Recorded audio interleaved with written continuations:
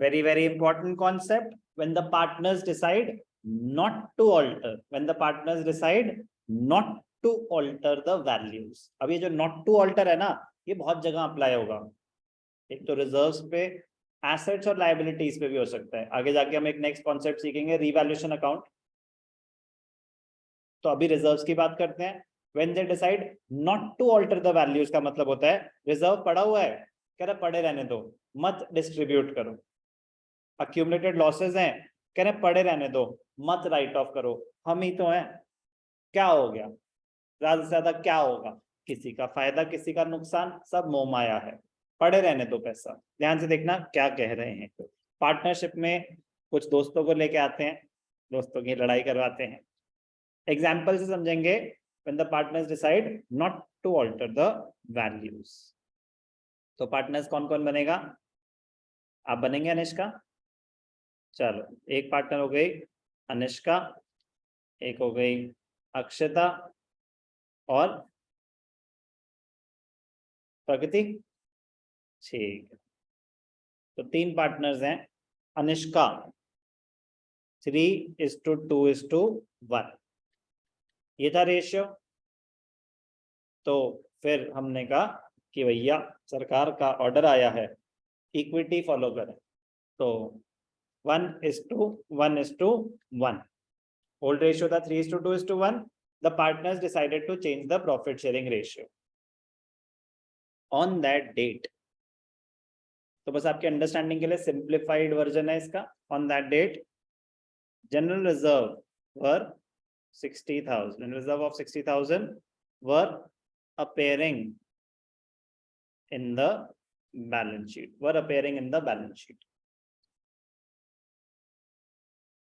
The partners decided. Partners क्या? प्रगति ने बोला कि छोड़ो ना, पड़े रहने दो.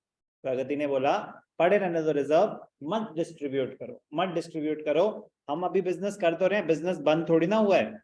आगे जाके हम इन पैसों को यूज करेंगे बिजनेस में, नई जरूरत पड़ेगी तो आगे जाके बांट लेंगे, अभी पड़े रहने दो. Partners decided not to distribute the reserves, not to alter the reserves और to carry forward the reserves in the new balance sheet. एक ही बात होती है. अगर आप रिजर्व्स को नेक्स्ट बैलेंस शीट में कैरी फॉरवर्ड कर रहे हैं, इसका मतलब आप उनको नहीं बांट रहे. आप उनकी वैल्यूज को ऑल्टर नहीं कर रहे, इसका मतलब आप उनको नहीं बांट रहे. और कभी कभी डायरेक्टली केवल होगा कि नहीं बांट रहे. तो तीनों बातों का मतलब ही सेम है कि नहीं बांट रहे. तो नहीं बांट रहे में होता क्या है? पार्टनरशिप एक्ट की वायलेशन हो जाती है. पार्टनरशिप एक्ट ने कहा है कि no partner should be at a profit और at a loss because of reconstitution. अब होता क्या, अगर मान लेते हैं इनकी बात कि क्या होता. इफ जनरल रिजर्व, ये बड़ा बड़ा सा क्यों लगा? ठीक है. If general reserve is distributed in the old ratio. If general reserve is distributed in the old ratio, Anishka, Akshata and Pragati. तो ओल्ड रेशियो था 3:2:1.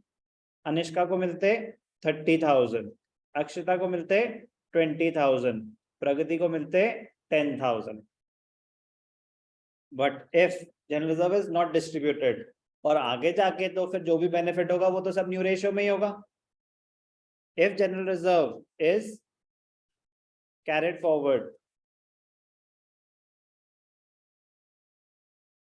Forward and in future is distributed. Sir जरूर थोड़ी ना distribute होगा या use होगा तो उसका भी तो बेनिफिट आएगा, आपके प्रॉफिट्स एनहांस्ड होंगे. तो उसका जो भी बेनिफिट होगा, general reserve is carried forward and in future distributed in the new ratio. अभी अगर ओल्ड में नहीं हुआ तो आगे जाके तो सब कुछ बेटा न्यू में ही होगा. तो फिर क्या होगा?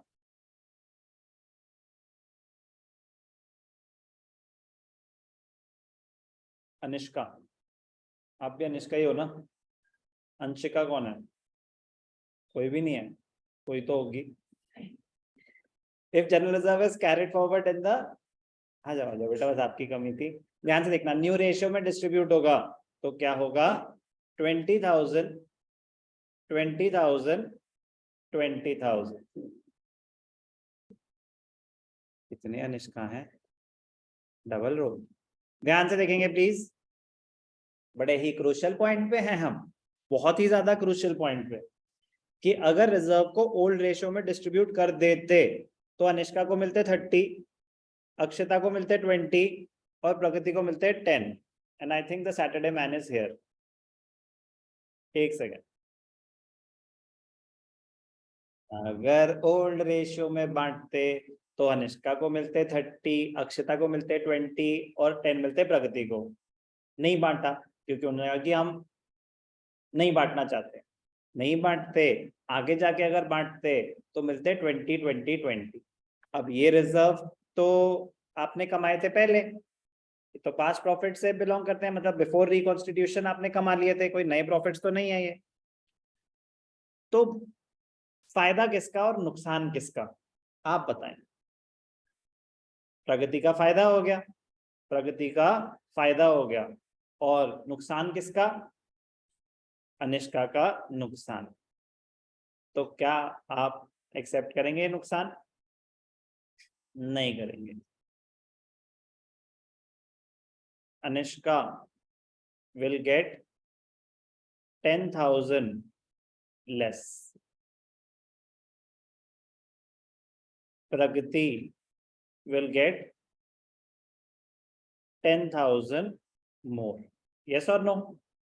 तो फिर हो सकता है क्या होगा ही, अनिष्का ऑब्जेक्ट करेगी, अनिष्का ऑब्जेक्ट करेगी किस चीज को, इस चीज को, कि नॉट टू ऑल्टर को। कह रहे ऐसे कैसे ऑल्टर नहीं करने, कह रहे तो जिसका प्रॉफिट शेयर रेशियो बढ़ रहा है उसका तो फायदा है, मेरा तो कम हो रहा है। तो आप ऑब्जेक्ट करोगे इस चीज को कि रिजर्व को बांट दिया जाए, बांट दिया जाए, कैरी फॉरवर्ड नहीं किया जाए। फिर ये बोलेंगे कि कैसी मनी माइंडेड है, मतलब बिजनेस में पड़े रहने तो आगे जाके काम आएंगे, क्या बांट दो, मतलब क्यों क्रिएट ही क्यों किया था बता रिजर्व, कि कल को जरूरत पड़ सकती है, बांटने के लिए थोड़ी ना किया था, काम करने के लिए किया था। रिजर्व क्रिएट किया था कि फ्यूचर में जरूरत पड़ सकती है, तो बिजनेस अभी बंद थोड़ी ना कर रहे हैं, फ्यूचर तो अभी भी जरूरत पड़ सकती है ना, अभी बांटो। नहीं बांटना है, बिजनेस में रखना है। तो फिर आपने बोला अच्छा चलो ठीक है, ऐसा करो, मुझे 10,000 रुपए दे दो, मुझे 10,000 रुपए दे दो, फिर मैं कुछ नहीं बोलूंगी, फिर पड़े रहने देना, मुझे 10,000 रुपए दे दो अभी, फिर पड़े रहने तो रिजर्व, मेरा 10,000 के तो नुकसान है और प्रगति का 10,000 का फायदा है। तो अगर प्रगति 10,000 रुपए अभी अनिष्का को दे दे और आगे जाके फिर रिजर्व जब डिस्ट्रीब्यूट हो न्यू रेशियो में, तो क्या आपका कोई फायदा होगा? आपको पहले मिल रहे थे 10,000, अब मिल रहे हैं 20,000, लेकिन आप 10,000 की पेमेंट कर चुके हो, यस और नो? तो नेट बेनिफिट तो आपका 10 का ही मिला, और आपको आगे जाके मिलेंगे 20,000, 10,000 आपको अभी मिल गए, तो आपका क्या कोई नुकसान, क्या आपका कोई फायदा? तो no partner will be at a gain और एट अ लॉस। सर वो सब तो ठीक है, इनके चक्कर में लॉस तो हमारा हो जाएगा, इतनी कैलकुलेशन करनी पड़ेगी, ठीक है ना? No partner at a gain, no partner at a loss, only students at a loss, ऐसा तो नहीं होना चाहिए। तो उन्होंने कहा कि घबराओ मत, इसका भी एक शॉर्टकट है, इसका भी एक शॉर्टकट है। क्या है शॉर्टकट? Gaining to sacrificing. क्या है shortcut? Gaining to sacrificing, exactly same entry as goodwill, gaining to sacrificing. अब ध्यान से देखना, अब ये तो हो गया कि अगर अनिष्का को 10,000 मिल जाए तो अनिष्का खुश है, आपको कोई दिक्कत 10,000 देने में, क्योंकि आपको 10,000 एक्स्ट्रा मिल रहे थे तो दिक्कत होनी नहीं चाहिए। अब ध्यान से देखना, सेम चीज हम कैसे कर सकते थे, ऑल्टरनेटिवली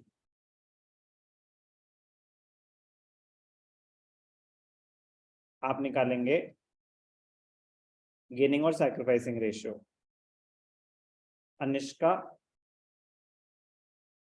अक्षता और, सर नाम तो सिंपल रख लेते हैं, एबीसी रख लेते हैं, क्या हो जाता, चलो कोई बात नहीं, अब तो रख दिए। Old ratio was 3:2:1, new ratio is 1:1:1। sacrificed profit share is equal to old ratio minus new ratio. तो एक एक करके निकालते हैं। पहले निकालेंगे अनिष्का का, सबसे ज्यादा दर्द तो अनिष्का को ही हो रहा है। ओल्ड रेशियो क्या है 3/6 माइनस 1/3, तो 6 3 माइनस 2 1/6। और अक्षता को कोई टेंशन इन लाइफ में, वो अपनी पार्टी प्लान कर रही है। 2/6 माइनस 1/3, तो क्या हो जाएगा 2 माइनस 2 इज 0। कह रही है तुम्हारी मर्जी है, डिस्ट्रीब्यूट करना है करो, नहीं करना मत करो, दिमाग ना खराब करो। प्रगति, प्रगति कह रही है कि कैसे पैसों के चक्करों में ये सब लड़ाइयां मत करो, डिस्ट्रीब्यूट पड़े रहने दो। क्यों कह रही है प्रगति ऐसा? Old ratio 1/6, new ratio 1/3, 6 1 minus 2, because Pragati is eight a gain, वो गेन कर रही है।